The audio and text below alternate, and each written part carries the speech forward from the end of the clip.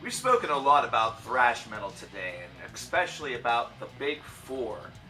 But the one thing about thrash metal is that whenever it was first conceived and initially displayed to the world in the 1980s, the big four's sound was just one of a few that thrash had to offer.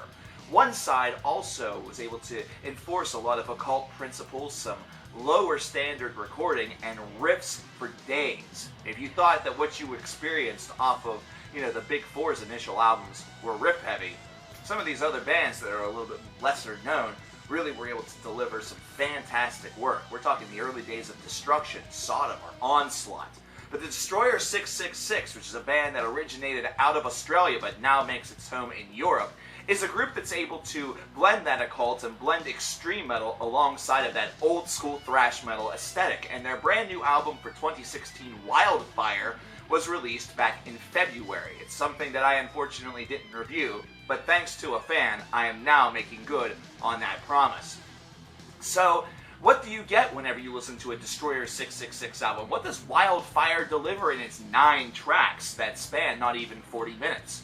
Well, you do get a little bit of that tone, or maybe undertone, of the occult, of evil, of a little bit of black metal, or a little bit of death metal. Some of those styles of compositions that have become very prominent within those two subgenres of heavy metal music.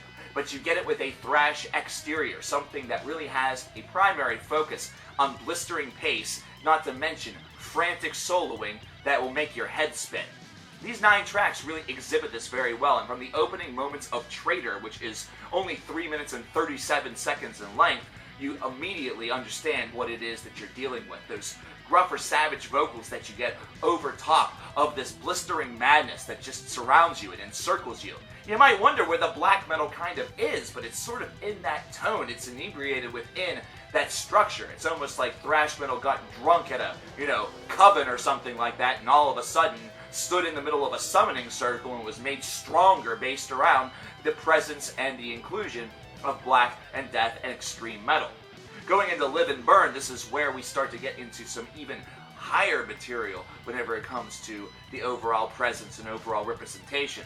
This is a song that doesn't even span 5 minutes, but the riffs that occur on this disc, or should I say on this track, are really the center point. Whenever you get to these solos, you're going to immediately harken the days back to whenever thrash metal was in its infancy, and speed was one of the primary focal points that thrash aimed to really deliver.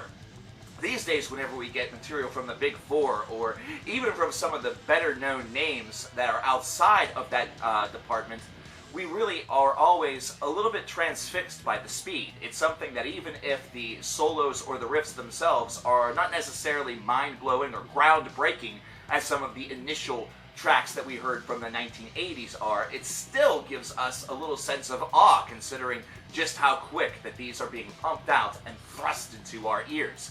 Live and Burn showcases that not only within its main idea, but also within the solos that builds around it.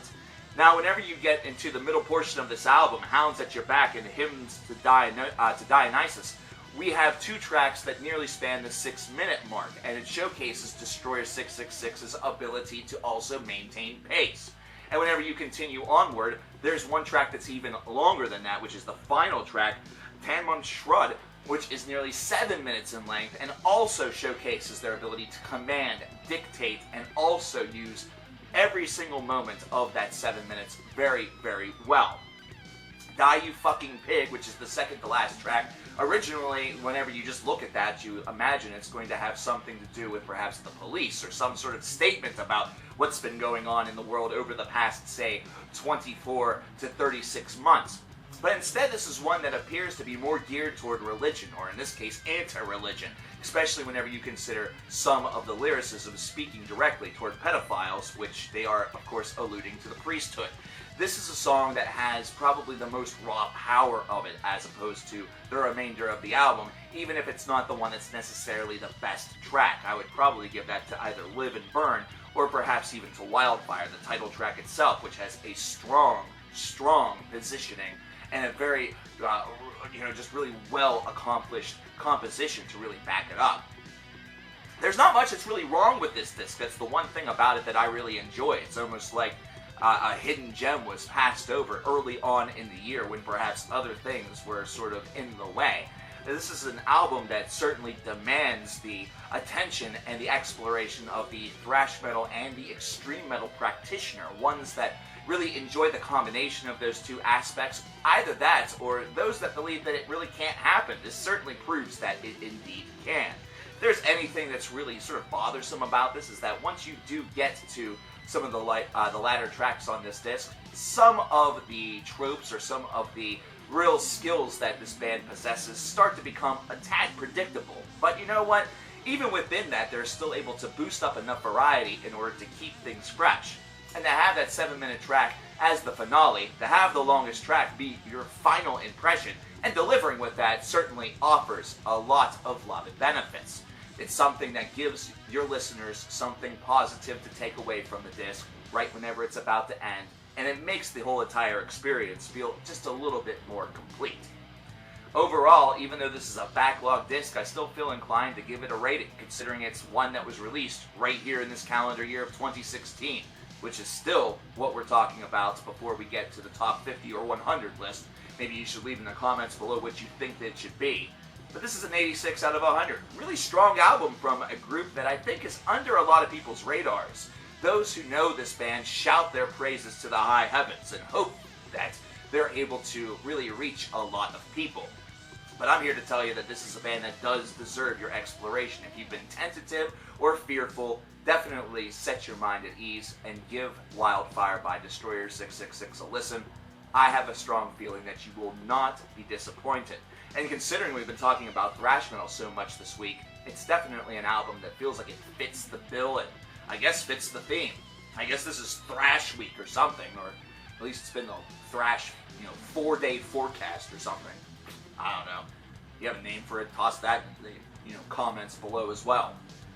Scope out this album. Let me know what you think about it, since I know a lot of you have probably heard it.